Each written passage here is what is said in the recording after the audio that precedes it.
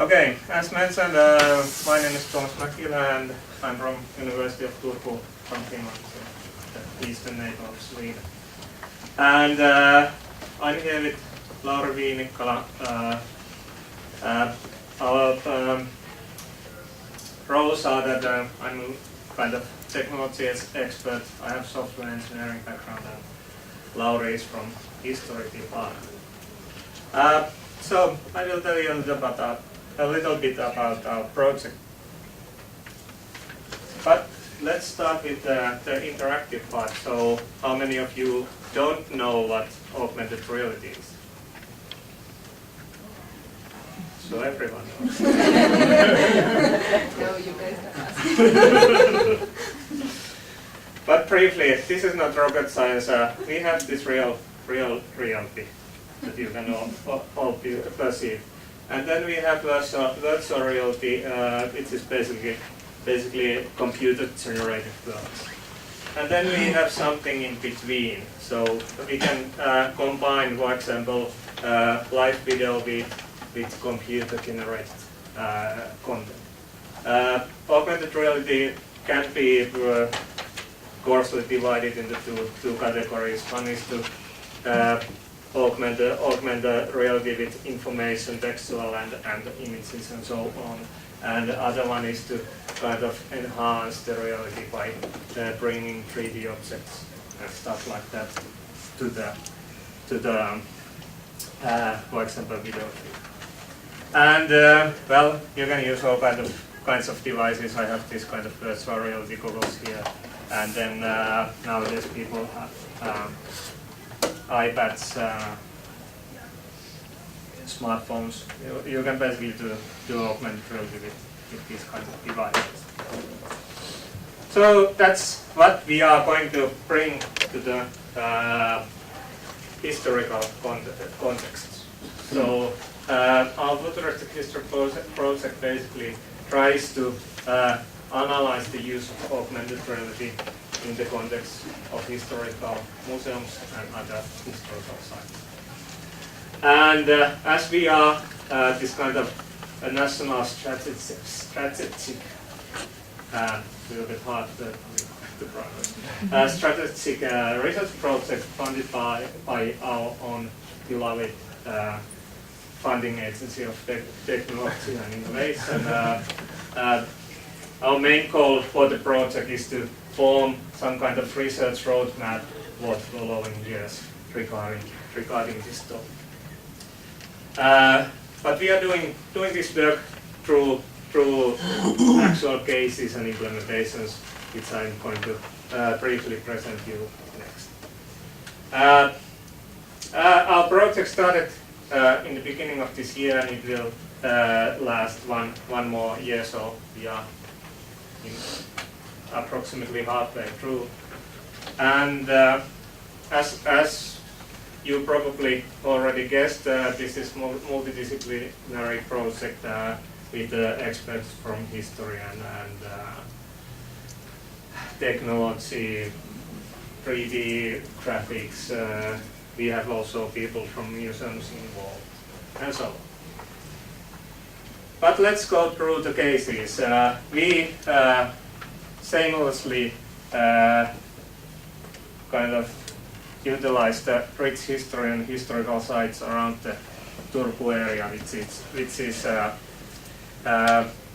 former capital of Finland, and therefore we have plenty to kind of work with. So first case is the Holy Ghost Church, and there will be presentation about this case later on. So I only say that this is a church that existed in 19th century, but it burned down and was demolished. And therefore we have to kind of build something that doesn't exist anymore, and this is kind of pure virtual reality, so no augmented reality here. If you want to see it or hear more, we have some demonstrations later on and the presentation at 11:45 at Stockholm City Museum. Okay, the second case is more about actual augmented reality.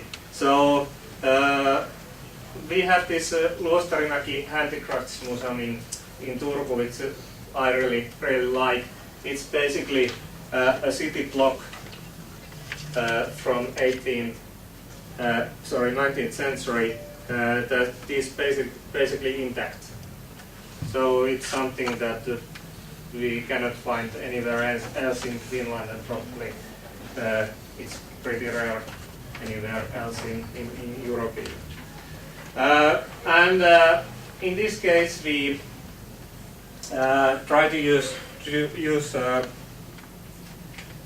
augmented reality to kind of bring or to illustrate the lifestyle of the era by making a game, an augmented reality game, where visitor can come to the museum and the game will kind of guide him or her through the museum using this kind of activating and motivating challenges and puzzles. If any of you have played adventure games, this basically use adventure games mechanics to bring things alive. And one more thing to mention about this application is that because the environment basically exists, we can use it as is. So we only have to bring these game characters, people and animals, to this setting. So it's a little bit different story than the last case where we kind of had to build the building up from scratch. Then third case, Lohisaari Manor. This is one of the few Palatalial style manors in Finland. So you probably can find these kind of buildings in Sweden, but not so many in Finland. And this building and estate was upheld by Fleming and Mannerheim families, which are pretty influential families in Finland. In this case, we used the similar techniques as in Luostarimäki Handicrafts Museum. But in this case, we don't do game, but rather this kind of movie-like scenes where people can kind of observe how these nobles lived in this manner back in 19th century. We also tried in this location to kind of illustrate changes in the landscape and the garden area, because the sea level is still actually moving away from the manor. So we try to illustrate this kind of historical events also. And then the last case is Central Turku, where we try out some more traditional augmented reality techniques. We take old photographs and try to match them with actual reality through mobile devices. This is interesting case in the way that there is no actual museum here, but it's more like city as a museum concept. We can also use some crowdsourcing stuff and open data here, but let's see.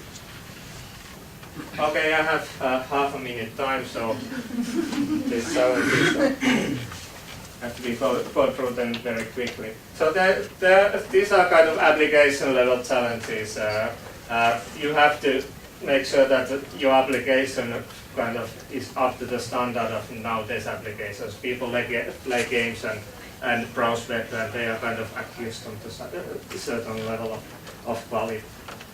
And then technical visibility, there are still some technical problems there, but I won't go into details here.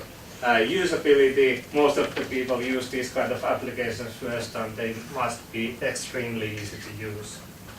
Oh, sorry, I was 5 minutes. Okay, great. More.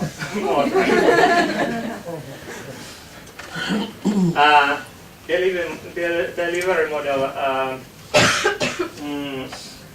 It is very intriguing idea to use people on devices rather than loans on devices from museum desk. So we are kind of figuring out how to support multiple devices. And since I had some extra time, I can go some to more technical details. We are using some kind of standard game development platforms, which allows us to quickly deploy the applications to different platforms. So we basically do one application and basically by pressing the button, okay, this was a little bit, but almost by pressing a button we can kind of deploy the same application to the mobile phones, tablets, computers, and 3D models.